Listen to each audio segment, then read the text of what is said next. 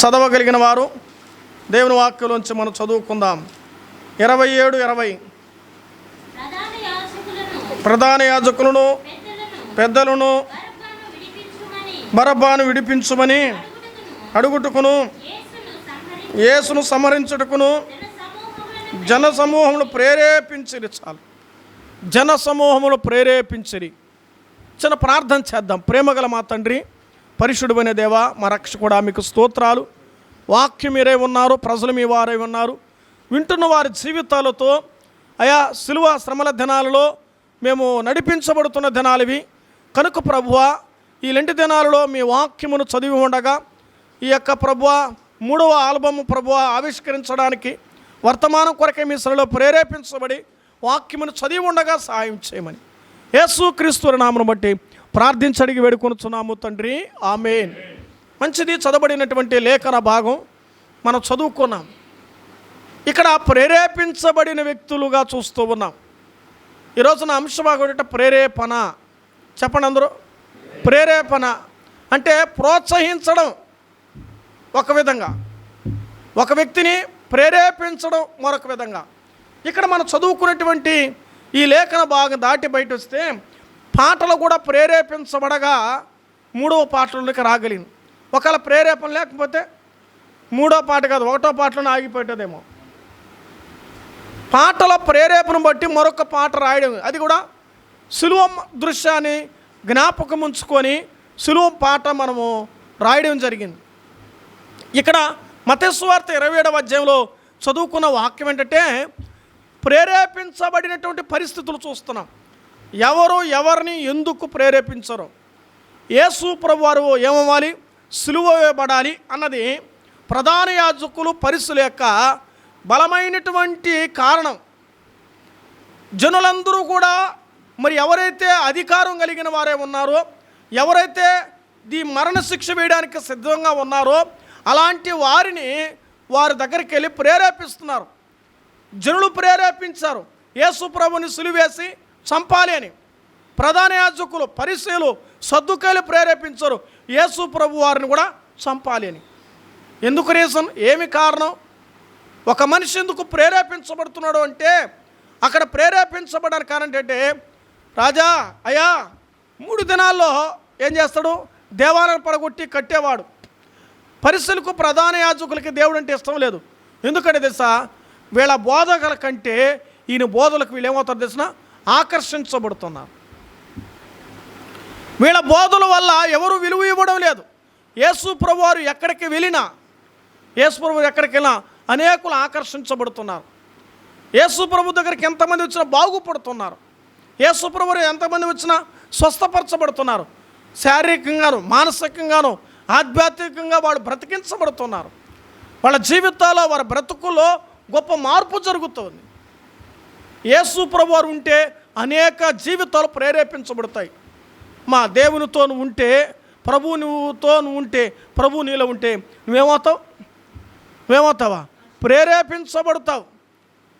దేవుని చేత మనం ప్రేరేపించబడాలి. ఉన్నవారు మేము ఉన్నట్టు కాదు, కూర్చున్నవారు కూర్చున్నట్టు కాదు. దేవునిలో ఆత్మ ప్రేరేపణ ఉండాలి. నేను చెయ్యాలి, నేను పోవాలి అనే ప్రేరేపణ మనిషికి ఏర్పడుతుంది. ప్రేరేపించబడిన జీవితం కావాలి. యేసు ప్రభు వారిని చంపడానికి జనులు ప్రేరేపించరు. ఆ ప్రేరేపణకు దేవుడు కూడా ఏమయ్యాడు, లోబడిపోయాడు. యేసు ప్రభు వారు లోబడిపోయాడు. మానవుల కొరకై ఆయన లోబడ్డాడు. మానవుల కొరకై ఆయన సహించుకున్నాడు. మానవుల కొరకై ఆయన నిందను, అవమానాన్ని, పిడుగుద్దును సహించడానికి సంసిద్ధుడయ్యాడు. ఎందుకో తెలుసా, తాను వచ్చిన పని నెరవేర్చడానికి మరి యేసు ప్రభువు ఇష్టపడ్డాడు. అందువల్ల మనుషులందరూ కూడా ప్రేరేపిస్తున్నట్టుగా చూస్తున్నాం. ఎవరికంటే రాజుగారు చెప్పాడు, పిలాతు రాజుకి, అయ్యా హెరోదుకి, వీళ్ళందరూ కైపా దగ్గరికి ఇలాగూ ప్రేరేపిస్తున్నారు. ప్రేరేపించి ఎట్టకేలకో యేసు ప్రభువు ఏం చేశారు వాళ్ళు, ఏం చేశారా మీరు చెప్పాలి, కథ ఏంటే మీరు చెప్తారు. ఎట్టకేలకు వారి గురి ఎవరు, వాళ్ళ గురి అంతా వాళ్ళ బతుకు తెరువు మీద లేదు. వాళ్ళకి అక్కడ ఉండే వాళ్ళకి ఆయన ఉండకూడదు. అది ఆయన లేకపోతే వీళ్ళు బతుకు తెరువు బాగుంటుంది. ఎందుకంటే మాయా మంత్రాలు చేయలేగా, వీళ్ళే గొప్పవారు అనిపించుకోవాలిగా, వీళ్ళే ఖ్యాతి కలిగిన వారు అనిపించుకోవాలిగా, మేము చెప్పిన ధర్మశాస్త్ర కరెక్ట్ని ముద్ర వేసుకోవాలిగా. దొంగలకేమో సపోర్ట్ చేస్తారు, దొరకేమో సపోర్ట్ చేయరు. నీతికి, న్యాయానికి, ధర్మానికి లోకం అంగీకరించదు. పాపానికి, పుణ్యానికి ఏంటి మనుషులు ఆలోచించడం లేదు. పాపాన్ని ఎక్కువగా ప్రేరేపిస్తున్నారు, పుణ్యాన్ని దూరం చేస్తున్నారు. యేసు ప్రభువారు పుణ్యదాత, ముక్తిదాతను విడిచిపెట్టారు. బరబ్బానే దొంగ అనబడినటువంటి వ్యక్తిని విడుదల చేశారు. వాస్తవానికి ఎవరు విడుదల చేయాలి? వీళ్ళు ఏ తప్పు అయినా నాకు కనపడలేదని మరి పిలాతో చెప్పేస్తే కూడా మరి వదిలేస్తారంటే వదలలేదే. దేవాతి దేవుడిని మొత్తానికి ఆయన చంపాలని జనులు ప్రేరేపించారు. ఆ జనుల ప్రేరేపణకి రాజు కూడా మీ ఇష్టం వచ్చినట్టు మీరు చేసుకోండి అన్నారు. అర్థమైందా? దేవుడు మన కొరకు ప్రేరేపించబడ్డాడు, మరణించడానికి కొరకు. యేసు ప్రభువారు సర్వమానవుల పాపాల కొరకై ఆయన ప్రేరేపించబడి తన ప్రాణం అర్పించడానికి ఈ లోకానికి వచ్చాడు. తండ్రినే దేవుడు కుమారుడిని యేసు ప్రభువారిని ఈ లోకానికి పంపించాడు. ఒకవేళ ఆయన పంపించకపోతే తండ్రి ప్రేరేపణకు కుమారుడు లోబడ్డాడు. తండ్రి ప్రేరేపణకు లోబడ్డాడు. యేసు ప్రభువే లోబడుతూ ఉంటే మనం ఏమవ్వాలి? మనం కూడా లోబడాలి. అందుకే బైబిల్ అంటది, లోబడిన జనుల వైపు దినమెల్లా నా చేతులు చాపి నేను పిలుస్తున్నాడు. యెషయా గ్రంథంలో ఆయన మనం ఎలాంటి వారో అర్థమైపోయింది. మనం ఎట్టడో తెలిసినా కఠిన ఆత్మలను అర్థమైపోయింది. మనం ఎలాంటి వాళ్ళో తెలుసా? మనం మూర్ఖులమని దేవునికి అర్థమైపోయింది. మనం ఎలాంటి వాళ్ళో తెలుసా? మనం పాపాత్మలమని తెలుసు. మనం ఎలాంటి వారమో తెలుసా? మనం అంతకులమని ఆయనకి తెలుసు. మన క్యారెక్టర్ ఎరిగే, రండి నాయనా మీరు సరిగ్గా లేరు, మిమ్మల్ని నేను రక్షిస్తాను, మిమ్మల్ని నేను కాపాడుతాను, మిమ్మల్ని నేను నడిపిస్తానని దేవుడు కోరుకున్నాడు. బాగా ఆలోచన చేయాలి. ఈ భూలోకానికి వచ్చినటువంటి ప్రభువు మన కొరకై ఆయన అలాగూ చేయబడితే మనం ఏం చేయాలి? మనం ఏం చేయాలి? ఆ దైవ ప్రేరేపణకు మనం కూడా ఏమవ్వాలి? ప్రేరేపించబడి లోబడాలి కదా. 20వ అధ్యాయం చూడండి, ఇర్మియా గ్రంథం 20వ అధ్యాయం 7వ వచనం చదువుకుందామా? ఇర్మియా గ్రంథం 27 అక్కడ ఒక మాట చదువుకుందాం. 7వ వచనం, యెహోవా నీవు నన్ను ప్రేరేపింపగా నీ ప్రేరేపణకు నేను లోబడి తిని. అర్థమైందా? దేవుడు చెబుతున్నటువంటి ఇర్మియా ద్వారా, యెహోవా నిన్ను ప్రేరేపిస్తుండగా, నన్ను ప్రేరేపింపగా నేను ప్రేరేపణకు లోబడి తిని. ఈ మాటను బట్టి మనం ఆలోచన చేయాలి. ఇర్మియా లోబడ్డాడు. ఇర్మియా లోబడితే ఎట్ట ఉన్నాడు తెలుసా? చివరికి లోబడినటువంటి ఇర్మియా అసలు ఎంతగా ఏడ్చావంటే, ఇర్మియా ఒక పేరుంది, విలపించు ప్రవక్త అని ఉంది ఆయన పేరు. ఇర్మియా గ్రంథం 9వ అధ్యాయం ఇంటికి వెళ్ళి చదవండి. ఏడ్చి బాధపడతాడు వాళ్ళ కోసం. నా జనులైన వారిని గురించి నేను నా కన్నీరు ఏరుస్తూ ఉందంటాడు. యేసు ప్రభు వారు కూడా అలాగే మరి యెరూషలేములో ఆయన ఏమయ్యాడు? ఆ శ్రమల కొలిమిలో పుటమేయబడుతూ సులువు మోసుకుని వెళ్తూ ఉంటే యెరూషలేము కుమార్తెలంతా ఏడుస్తూ ఉంటే ఏమన్నాడు? యెరూషలేము కుమార్తెలారా, నా కొరకు మీరు ఏడవద్దండి, మీరును మీ పిల్లల కొరకు ఏడవండి. ఆ శ్రమల కొలిమిలో పుటమేయబడుతున్న దేవుడు ఎలాగో అంటున్నాడంటే, నా కోసం మీరు ఏడవద్దండి. అప్పుడు కూడా దేవుడు తన స్వార్థం చూడాల. మనమైతే ఎట సంపత్తన అంటే మనం ఎట తప్పించుకుందామని చూస్తాం. మనం దేవుడు ఒక సంకల్పంతో వచ్చినప్పుడు అది నెరవేర్చే వరకు. ఇప్పుడు దేవుడు మనల్ని మాట్లాడుతున్నప్పుడు మనం ఏమవ్వాలి? మనం కూడా ఆయన ప్రేరేపణకి ఏమవ్వాలి? లోబడాలి. మనం లోబడుతున్నామా? దేవుని మాటకు లోబడుతున్నామా? దేవుని మందిరానికి లోబడుతున్నామా? 7 గంటలకు మేము అన్నప్పుడు మన ఎన్ని గంటలకు వస్తాం? ఏమ్మా, ఎక్కడ 2-3 కూడి నా నామను ప్రార్థిస్తారో వాళ్ళ మధ్యలో నేను ఉంటానా ఉండను అన్నాడా? సరే, ప్రార్థన చేసేవారి మధ్య ఉంటాడు. మీరు వచ్చేదాకా సేవకులు ఏం చేస్తుంటారు? ఆమె చెప్తాను చూడు, వేచి ఉంటారంట. ఇంకేం చేయమంటావా? ఇంక వేచి ఉండకపోతే నువ్వు వచ్చేదాకా మేము స్టార్ట్ ఏం పాస్టర్ గారు, 5 నిమిషాలు ఓపిక పట్టలేవా? అన్నీ వదులుతావు, నువ్వు కూర్చోండావు నువ్వా? మాకు పని పాట లేదా? నేను 2 చేతులు జోడించి చెప్తున్నాను, మీరు పాస్టర్గా టైం చెప్తే ముందు మీ టైం చెప్పండి. అయ్యా 7 గంటలకు వద్దు సంఘం చెప్పండి, ఏం భయమేమే వద్దు, 7:30 పెట్టి 8 పెట్టయ్యా కరెక్ట్గా వస్తామని చెప్పు. నోరు మూసుకొని మా లాంటి వాళ్ళు ఏం చేస్తామా? 8కి పెడతాం. 7కి ప్రకటించేప్పుడు మాత్రం ఇట ఊపేస్తాం. వచ్చేది 8కి వస్తాం. ఈ 1 గంట ఏం చేయాలి? అరగంట ఏం చేయాలి? అర్థం చేసుకోవాలి. సేవకుడికి మాటకు లోబడాలి. ప్రభువే లోబడినప్పుడు సులువు మనం పొందినంతగా ఆయన విధే చూపిన వాడైతే మనం ఏం చేస్తున్నాం? మన తల ఊపి మన ఇష్టానికి వస్తున్నాం. మనం అట్లా కాదు. ఒక సంసిద్ధమైన టయానికి సిద్ధపడి ప్రభు పాదాల దగ్గరికి రావాలి. ప్రతి విషయంలో లోపడాలి. దేవుని సన్నిధిలో మనం ఎట్లా లోపడుతున్నాం? ప్రతిరోజు ఇలాంటి కార్యం మళ్ళా వస్తుందా? సేవకులు పిలిపించి వాళ్ళని పిలిపించి దేవుని వాక్యం అందించాలనుకున్నప్పుడు సేవకులు బ్రదర్ ఇంకో పాట పాడండి, ఇంకో పాట పాడండి, ఇంకో పాట పాడండి చెప్తా ఉండకూడదు. సంఘం ప్రార్థన అంటే ఎట్టుండాలి? నేను ఒక మాట అన్నా, ఈ పండుగ దినం అంటే ఒక సీడీ ఆవిష్కరణ సంఘం ఏమండి, ఈ సంఘం ఎంత సంతోషించాలో, ఎంతగా మీరు ప్రార్థించారో ఏమండి. మన ఇంట్లో కార్యానికి పెళ్ళికి మనం బయట ఉంటాం, లోపల ఉంటామా? అర్థమైపోయిందా? పెళ్ళింట్లో వాళ్ళు బయట ఉంటారు, లోపల ఉంటారా? ఎవరు పిలుస్తున్నా నా ఈరోజు మా ఇంట్లో పెళ్ళి జరుగుతానా కాబట్టి ఈరోజు కుదరదు, రేపు కాదు 2 రోజుల తర్వాత వస్తాం, వీలు చూసుకొని వస్తాం. దేవుని ఇల్లు ఇలా కార్యం జరుగుతున్నప్పుడు నువ్వు ఎలా బయట ఉంటావు?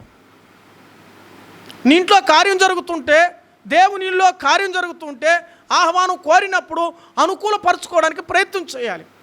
ప్రతి విషయంలో లోపడడం నేర్చుకోవాలి, సిద్ధపడాలి. దేవుని సేవకులు ప్రార్థనాపూర్వకంగా మనం సిద్ధపడడానికి ప్రయత్నం చేయాలి. ఒకరోజు వద్దులే, ఈరోజు సంగతి వదిలేద్దాం, మిగతా రోజుల కథ. ఈరోజు చెప్పారు కదా, ప్రభువా ఈరోజు నేర్చుకున్నాను ప్రభువా, రేపు వారం నుంచి రేపటి మీటింగ్ నుంచి నేనేమవుతాను? అర్థమైందా?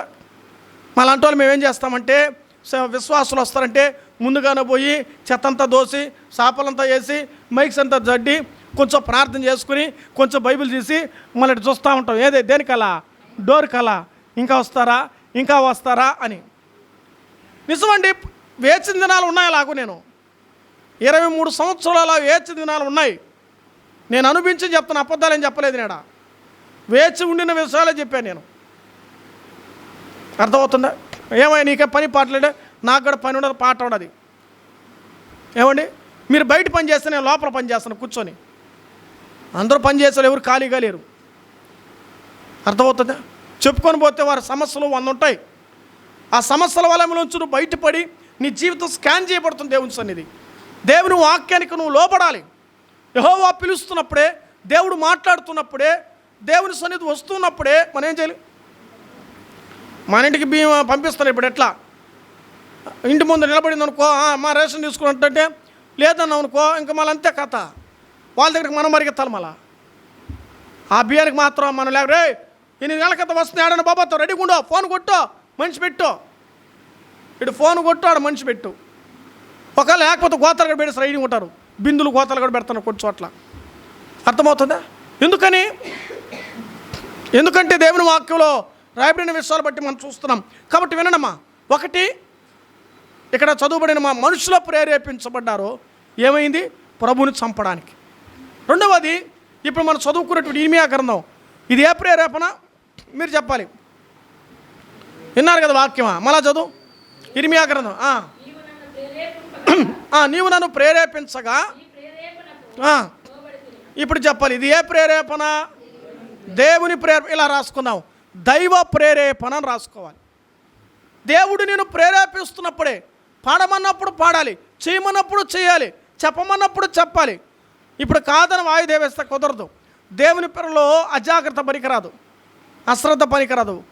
ఎలా ఉండాలి? దేవుని పిల్లలు చురుకుగా ఉండుట గొప్ప భాగ్యము.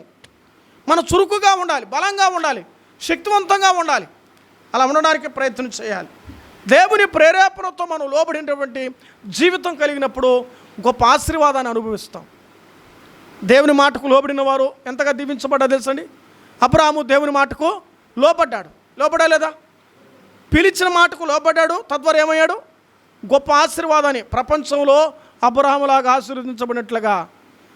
అసలు ప్రారంభంలో పితరుల తండ్రి నేను అబ్రాహాము దేవుడనో, ఇస్సాకు దేవుడనో, ఇప్పుడు మీ దేవుడు అన్నాడు ఆయన. మన దేవుడు అయ్యాడు. ఆ దేవుడే కాదు, మనకు దేవుడు అయ్యాడు.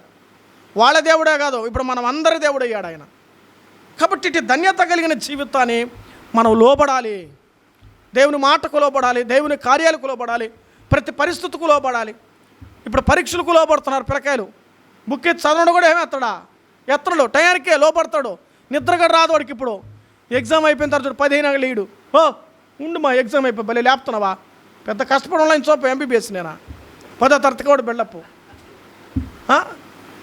10వ తరగతి పరీక్ష రాసి ఆడు బుక్లు వేసి అబ్బో వాడు అబ్బా ఎంత వాడు అబ్బా ఇప్పుడు ఫ్రీగా ఉన్నానంటాడు. ఏమైనా అంత మూటలు మోసిందా? ప్రశాంతంగా ఫ్యాన్ కింద కూర్చొని చదువుకోరని చెప్పినావు. ఎర్రటెండ్లో చదవమని చెప్పలేదు కదా తల్లిదండ్రుల. చదువు కూడా వాళ్ళకి భారం. మనుషులు ఎలా తయారంటే భారంగా తయారైపోయారు. భారం అనుకుంటే భూమి మీద ఏదైనా భారమే. భారం లేదనుకుంటే ఎంత భారాన్ని భరించగలడు.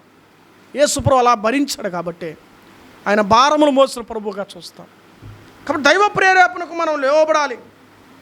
కానీ మానవుడు ఎక్కువగా ప్రేరేపించబడింది. మరొక వాక్యం చూద్దాం. దినవృత్తాంతాలు మొదటి గ్రంథం 21వ అధ్యాయం 31వ వచనం. 21:31 దినవృత్తాంతాలు మొదటి గ్రంథం.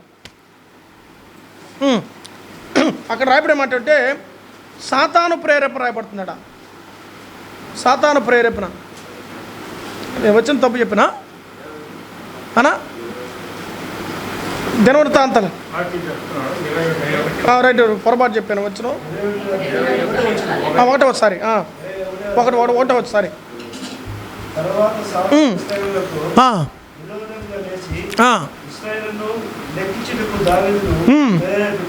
చూడు, సాతాను ఏం చేస్తాడు?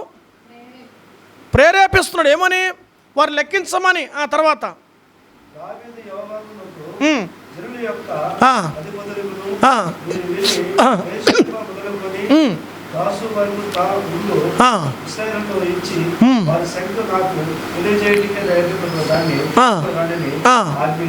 చూడండి, ఇక్కడ గమనిస్తున్నారా? దావీదు రాజు గారిని ప్రేరేపించింది ఎవరు? మీరు చెప్పాలి. ఇప్పుడు చదువుకున్న వాక్యంలో సాతాను ప్రేరేపించాడు. సాతాను ప్రేరేపించక దయ్యం పట్టింది. అయిపోయిందా? లాస్ట్గా ఎవరు పట్టింది? దయ్యమా? దావీదు పట్టిందా? దయ్యానికి పట్టిందా? నేనేం చెప్పినా తలపుతున్నాను కాదు. అప్పుడప్పుడు అట్లా చెప్తా ఉంటాను. నేను టీచర్ కదా. కావాలని తప్పు వేసిన అనుకో, వాడు పక్క సార్ తప్పండి, వెరీ గుడ్ రా. ఒకవేళ తప్పు వేస్తాను పోతుంటారు, ఏమిరా నేను తప్పు వేస్తాను కూడా మీరు తప్పు ఒప్పుతున్నారు కదా అంటే మీ ధ్యాస ఆడుందా? 9 అయిపోయినా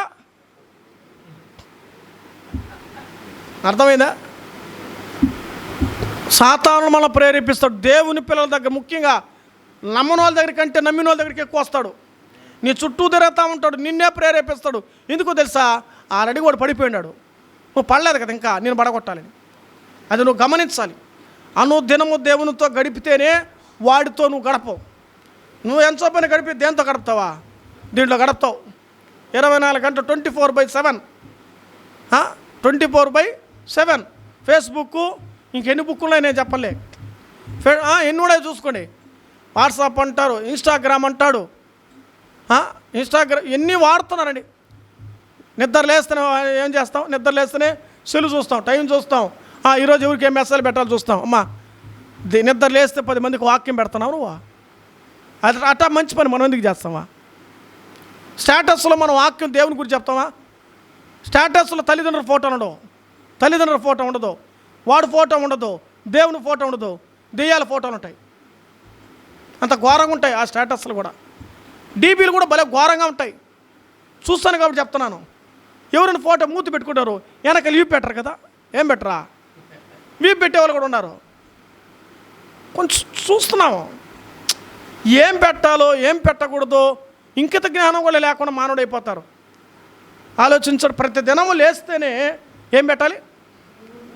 దేవుని వాక్యం పెట్టాలి. నేను బతికించే దేవుని వాక్యం. దేవుని మాటకు లోబడ్డావు కదా, ప్రభువు నమ్ముకున్నావు కదా, ప్రభువుని తెలుసుకున్నావు కదా. ప్రతిరోజు సువార్త పెడితే అన్యుడు రక్షించబడడానికి అవకాశం. నీ స్టేటస్లో చదువుతారు, ఒక్క ముక్కని చదువుతారు. బైబిలే చదవనోడు నీ వాక్యం చదువుతాడు లేదు అన్యుడా? అన్యుల ఫోన్ నెంబర్ మన దగ్గర లేవా? మన సెల్ ఫోన్లో ఓపెన్ అని ఉన్నాయి. మన సెల్ ఫోన్లో టక్ మంది చదువుతాడు. ఆయన గురించి క్రీస్తు నీ పాపల నిమిత్తం మృతి పొందాను, సమాధి చేయబడను, లేఖనం ప్రకారం లేపబడను. ఒక ఆమె నేను స్టేటస్ పెట్టకపోతే నగిరి నుంచి ఫోన్ చేసింది, ఏమయ్యా నువ్వు ఆదివారం పూట వాక్యమే పెట్టడం లేదనేది. ఆమెను డీపీ చూస్తే ఆమె హిందూ.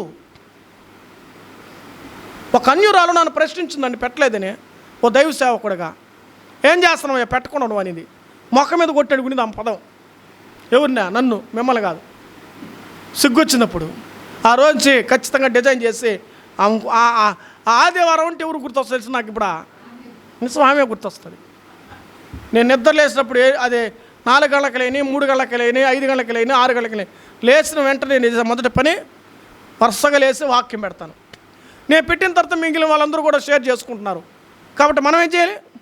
మనం పెట్టకపోతే ఏమైనా ఈరోజు వాక్యం పెట్టడం రాస్తున్నారు, ఒరే భలే కొడతారా వీళ్ళు అనుకున్నాను నన్ను అంటే ఫాలో అవుతున్నారుగా. ఒకరిని పోలి ఒకరు నేర్చుకోవాలి. నిన్ను పోలి ఏమి నేర్చుకుంటున్నారు? నువ్వు నేర్చుకోవడం కాదు, నేర్పించే జీవితం ఇప్పుడు అమ్మా భక్తి నేర్పించాలి. ఇక్కడ రాబడిన మాట, నువ్వు నేర్పించకపోతే సాతాను నిన్ను నేర్పించేటట్టుగా చేస్తాడు. అన్యులతో కలిసిపోతావు, లోకస్తుతో కలిసిపోతావు, పాపం నీళ్ళు ఏర్పడుతుంది, తర్వాత అనేకమైన శ్రమలు గుండా వెళ్ళిపోతావు. సాతాను ప్రేరేపించబడితే అన్నీ నష్టమే, అన్నీ కష్టమే. ఈ మాటల ద్వారా మనం ఆలోచించాలి. మనుషుల ప్రేరేపణ ద్వారా యేసు ప్రభువారు సిలువేయబడడానికి కారణంగా చేశారు. ఆ తర్వాత మనం చదువుకున్నాము, దైవ ప్రేరేపణ ద్వారా దేవునికి లోబడే జీవితంగా ఇర్మియా అయ్యాడు. బాల్యములోనే లోబడ్డాడు ఇర్మియా. మూడవది, సాతాను ప్రేరేపణ అనేకులు లోబడిపోయారు. యేసు ప్రభు శిష్యులు ఏమైపోయారు? సాతానా నా వెనక బొమ్మన్నాడు పేతురుతో. అంటే సాతాను కూడా ఏమైంది? యూదాలు ఏమైంది? డబ్బు ప్రేరేపణలు యూదా లోబడిపోతే సాతాను వచ్చాడు. స్థలం కొన్నాళ్లే, పొలం కొన్నాళ్లే, అదే స్థలంలో తన జీవితాన్ని ముగించుకున్నాడు. మనకు అలాంటి విషయాలు వద్దు. సాతాను ప్రేరేపణలో మనకు నష్టపోతాం, పరలోక రాజ్యం చెందలేం, అగ్నిగుండానికి వెళ్ళిపోతాం. దైవ ప్రేరేపణ పడితే దేవుని రాజ్యంలో నిత్య జీవాన్ని సంపాదించుకుంటాం. ఈ మాట మనం చూస్తూ ఉన్నాం. సామెతల గ్రంథం 1వ అధ్యాయంలో మరొక మాట చదివి మనం ప్రార్థన చేసుకుందాం. సామెతల గ్రంథం 1వ అధ్యాయంలో 1వ వచనం నాయన, 1వ అధ్యాయం 1వ వచనం. దావీదు కుమారుడును ఇశ్రాయేలు రాజునైన సొలొమోను సామెతలు జ్ఞానమును ఉపదేశమును. 1వ అధ్యాయము 1వ వచనం. కీర్తనలు 1వ అధ్యాయం 1వ వచనం. దావీదు కీర్తన, క్షమించండి, కీర్తనల గ్రంథం 1వ అధ్యాయం 1వ వచనం. దుష్టుల ఆలోచన చొప్పున నడవక, పాపుల మార్గు నిలువక, అపహాసకులు కూర్చుని చోటు కూర్చుండక,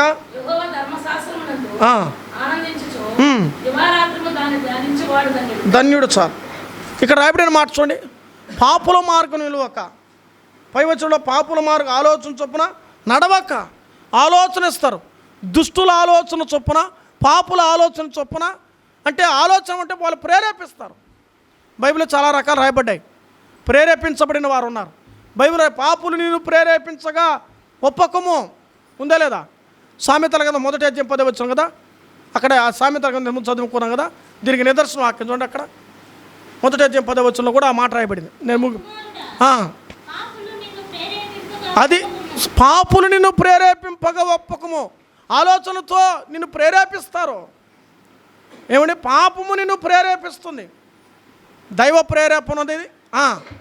దైవ ప్రేరేపణ ఉన్నది. ఇప్పుడు చూస్తే పాపులు ప్రేరేపిస్తారు. నేను పాపులు మనం ప్రేరేపించబడితే ఏమండి చివరికి నష్టమే. మన పాపంలో జీవించడం వలన నష్టపోతాం. పైకి బాగానే ఉన్నాం, కానీ ఒక ఆమెను గురించి యేసు ప్రభువు వచ్చారు.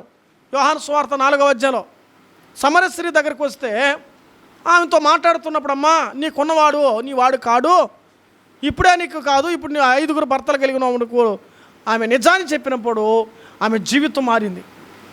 తర్వాత ఊరిలోకి వెళ్ళి మెస్సియాను కనుగొన్నానని ఆ ఊరి వారందరినీ ప్రభు దగ్గరికి ఆకర్షించబడి తన పాపము లోకం ప్రేరేపిస్తే చివరికి తన పాపమున్న సంగతిని దేవుడు ప్రేరేపించాడు. దేవుడు మాట్లాడప్పుడు పాపం ఉన్నదని ఆమె ప్రేరేపించబడి తన పాపానికి దూరమైంది. ఈ మాట మనం అర్థం చేసుకోవాలి. మనం బాగా ఉండాలంటే ఎవరి మాట వినాలి? అది ఎవరికి లోబడాలంటే దేవునికి లోబడితే మన బ్రతుకు జీవితంలో, మన జీవితంలో క్షేమం కలుగుతుంది, ఆశీర్వాదం కలుగుతుంది. కాబట్టి పాపులు ప్రేరేపిస్తే మాత్రం వారికి మనం లొంగకుండా ఉండాలి. దేవుడు ప్రేరేపణకు లోబడితే నువ్వెంత దీవించబడతావు, ఎంత ఆశీర్వదించబడతావు. ఆయనతో గడిపినప్పుడు, ఆయనతో జీవించినప్పుడు, ఆయనతో సంచరించినప్పుడు గొప్ప ఆశీర్వాదం, గొప్ప దీవెన, గొప్ప మేలు అనుభవిస్తాం. ఈ రాత్రి వేళ పాటల ప్రేరేపణ దేవుడు మరి బ్రదర్కి ఇచ్చాడు. వాక్య ప్రేరేపణ ద్వారా ఈరోజు నువ్వు వింటున్నావు. ప్రార్థన ప్రేరేపణతో సంఘం ఉన్నది. సువార్త పరిచయ ప్రేరేపణ సంఘము కూడా మోయాలి. 4 విషయాలు చెప్పాను ఇప్పుడు. సువార్త పరిచర్య కూడా ఎవరి మీద ఉంది? అనేకులని దేవుడు ప్రేరేపించు సువార్త ద్వారా. ఈరోజు నువ్వు నేను ఏం చేయలేమా? సేవకుడు బయలుదేరాలి. ఖాళీగా సేవకుడు ఉండకూడదు. విశ్వాసులు ఖాళీగా ఉండకూడదు. నెలకొక్కసారైనా పత్రిక తీసుకుని ఏం చేయాలి? యేసు ప్రభు వారు ఏం చేయాలి? ఇప్పుడు సువార్త ద్వారా పరిచయం చేయాలి. అనేకులు ప్రేరేపించాలి. ప్రభు వైపు అనేకులు ప్రేరేపించాలి. మేము కరోనా కథం అని ఒక పాంప్లెట్ కొట్టాము. పాంప్లెట్ కొట్టి గౌజులు వేసుకొని మొఖానికి అంత మాస్కులు వేసుకొని 1, 2, 3 సార్లు ఇచ్చినామండి. నేనేదో బుద్ధి లేక ఆ టైటిల్ పెట్టా. ఏమని? కరోనా కథం అని పెట్టాను. ఇప్పుడు కొంది ఆ పాంప్లెట్. దేవుడు ప్రేరేపించడు ఆ పదాన్ని నన్ను.